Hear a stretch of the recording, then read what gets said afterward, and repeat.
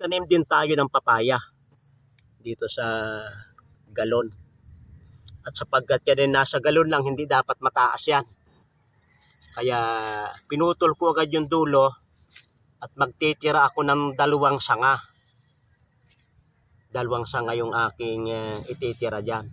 At pagkatapos, itong sanga na mabubuo ay huhuyukin ko papunta sa lupa. Yung pagganyan, dito nabubunga yan sa parting ito. Ito ilalagay ko sa isang lugar pag malaki na. Hindi ito bubunga dito, dito ang bunga niyan. Kung dalawang sanga yan, doon ang bunga ng isa.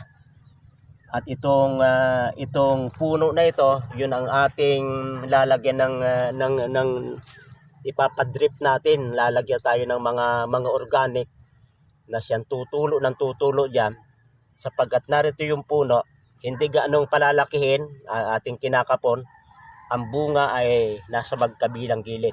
Yun ang aking plano dito. At yan ay nasubukan ko na sa mga nakaraang panahon. Ay talagang gumaganda. At ito rin oh. Ito ay binili ko ng 35. Pero masyadong maliit pa. Ay ngayon ay nagkakaubusan ng binhi. Dahil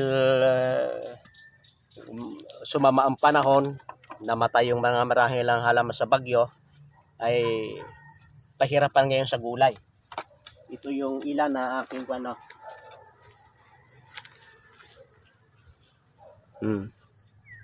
Pero ito akin lang sinimot, may tumubo diyan. Ito yung aking binili oh. Ang ganda talaga ng ang ganda na. May namatay na isa. Pagkat masyadong liit pa nung aking itanim, maliit pa, may namatay na isa. Pero at least yan ay gaganda. Talagang bubunga yan kahit nakatanim lamang sa ganyan, bubunga yan. Hindi kailangan ng napakaraming lupa.